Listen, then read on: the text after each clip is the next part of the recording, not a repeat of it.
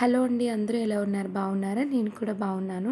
Throat infection వల్ల నేను video అయితే పోస్ట్ చేయలేకపోయానండి. ఇక్కడొచ్చేసి నేను కజ్జికాయలైతే టేస్టీగా ఎలా ప్రిపేర్ చేసుకోవాలో చూపిస్తున్నాననమాట. కజ్జికాయలు చేసుకునే ముందు స్టఫ్‌ని మనం ప్రిపేర్ చేసుకొని పెట్టుకోవాలండి. ముందుగా స్టఫ్ అంతా మనం ముందుగా పెట్టేసుకున్నట్లయితే తర్వాత ఈజీగా కజ్జికాయలనేవి చేసుకోవచ్చు. స్టఫ్ కోసం నేను పల్లీలు, నువ్వులు, బాదం, జీడిపప్పు, ఎండు కొబ్బరి పొడి, రవ్వ తీసుకున్నానండి. ఇవన్నీ నెయ్యిలో బాగా ఫ్రై చేసుకొని పక్కన పెట్టుకున్నాను. ఇప్పుడు షుగర్ అండ్ ఇలాచీలు కూడా మిక్సీ పట్టుకున్నాను. ఈ నట్స్ అన్నీ కూడా బరకగా మిక్సీ పట్టుకొని స్టఫ్ అయితే ప్రిపేర్ చేసుకొని పక్కన పెట్టేసుకున్నానండి. ఇప్పుడు నేను పిండైతే కలుపుకుంటున్నాను.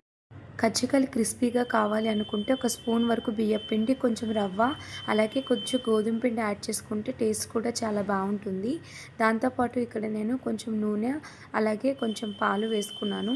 దీంతోని ఇందాక నేను మిక్సీ పట్టుకున్న షుగర్ అండ్ ఇలాచీ పౌడర్, కొంచెం సాల్ట్‌తో పాటు కొంచెం నెయ్యి, అలాగే మధ్య మధ్యలో ఆయిల్ వేసుకుంటూ మెత్తగా చపాతీ పిండిలాగైతే కలుపుకోవాలి.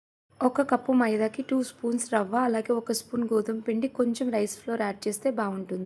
ఇప్పుడు చిన్న చిన్న చపాతీలాగా చేసుకొని స్టఫ్ యాడ్ చేసుకొని గోల్డెన్ బ్రౌన్ కలర్ వచ్చే వరకు వేయించుకోవాలి. Thanks for watching.